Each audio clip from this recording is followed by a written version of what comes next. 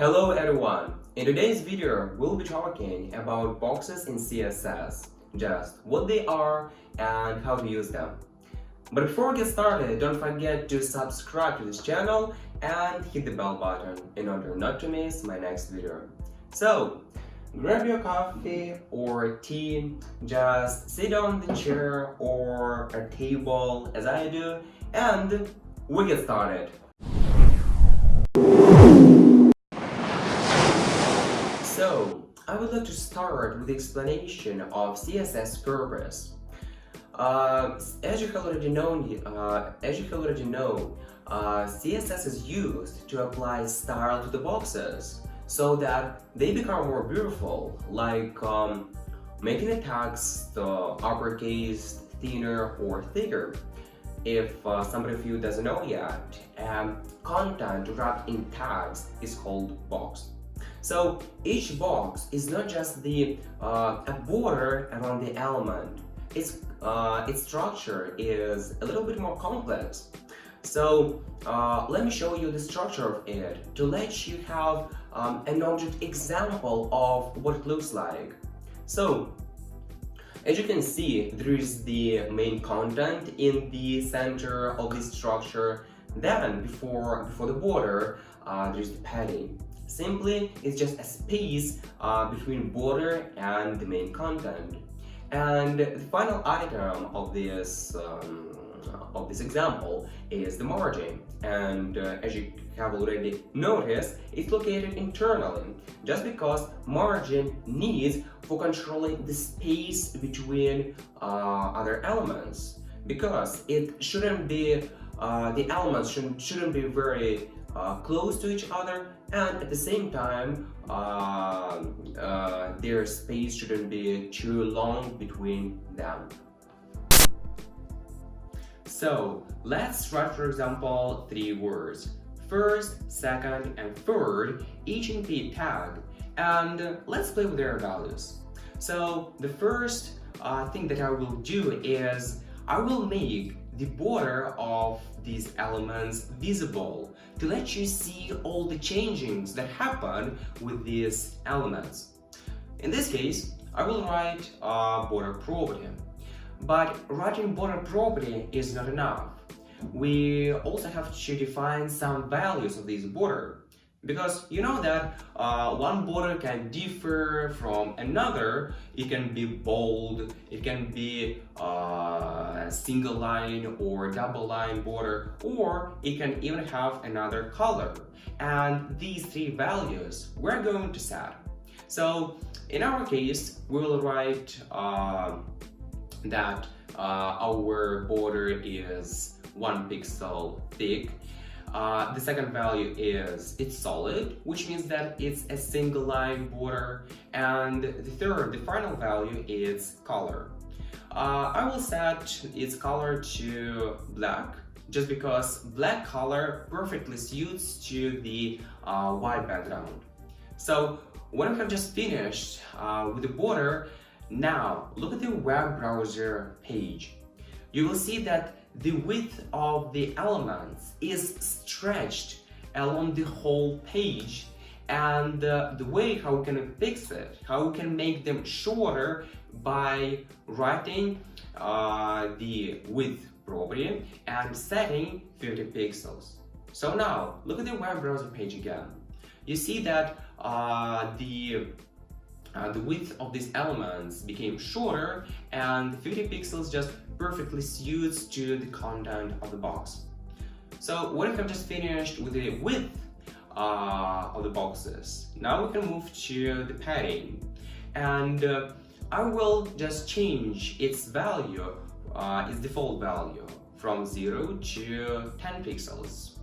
And as you can notice, the space between the border and the content has changed.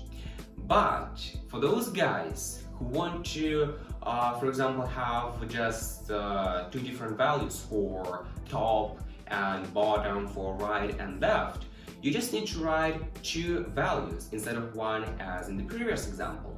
So the first value is going to be set for top and bottom sides of the border, and the second value is going to be set for right and left sides of the border. But there are those so insane people who even set the size of the border, just 4 sides of the border, especially for top, right, bottom, and left sides of it. And there is even this solution for this case. You just need to write 4 values instead of 2 as it was in the previous example. So you have to write these values in this sequence. The first value is going to be set for top, the second one for right, the third for bottom, and the fourth for left. Just this sequence. So every time when you write the value for all sides of the border, you have to stick with this sequence because it actually matters. Cool! When we have finished with padding, let's jump into the margin. Honestly, padding and margin are the same when we talk about their values, because their goal is similar: to control the size of the space. In the first case, between the content and the border, and in the second one, between other elements. So first of all, I will set the margin till 0 to let you see what it looks like when the elements are allocated too close to each other. And now look at the web browser page. You see that this space is very small. That's why I will increase the margin till 20, for example, in order to let the boxes have the space between borders. And now look at the web browser page again. You see that the picture has become better. At least the boxes are not located so close as it was previous time. Also, as I have already said, the margin and padding are the same, exactly their values. That's why if you want to set 2 different values for top and bottom and right and left, you just have to set 2 values. Or if you want to have 4 different values for 4 different sides, you just set 4 values. So, when we know the CSS box model and know how to operate with its values, with box values, now I'm going to show you some interesting features which are really useful for building a real website. So the first one is, every time when you want your element to be horizontally centered, what you have to do is to set the first and the third values of margin to any values, just no matter.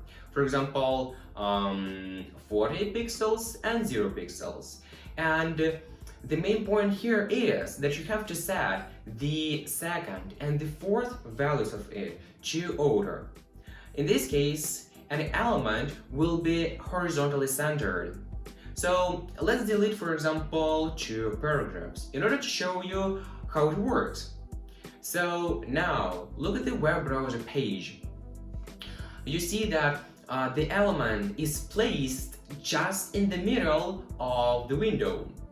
But I would like to say that this technique only works for box elements. So now you may be wondering, what are box elements? It actually sounds interesting, but again, what is it? And in this case, we move to the second feature, which is display property. So every time when we talk about elements in HTML, we actually talk about 2 kinds of it: block elements and inline elements.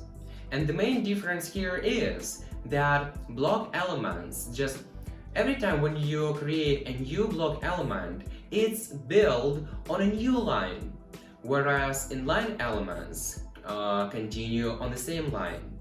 And display property is what helps you to turn an inline element to the blog element and vice versa. Actually, this is a really cool feature that I often use when I build my own website, so you will definitely appreciate it.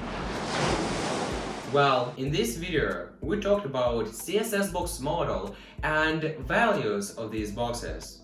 Also, I gave you two interesting features. Highly recommend to use them. Guys, thanks for watching. I'm definitely sure that you enjoyed this video, and I'll see you next time.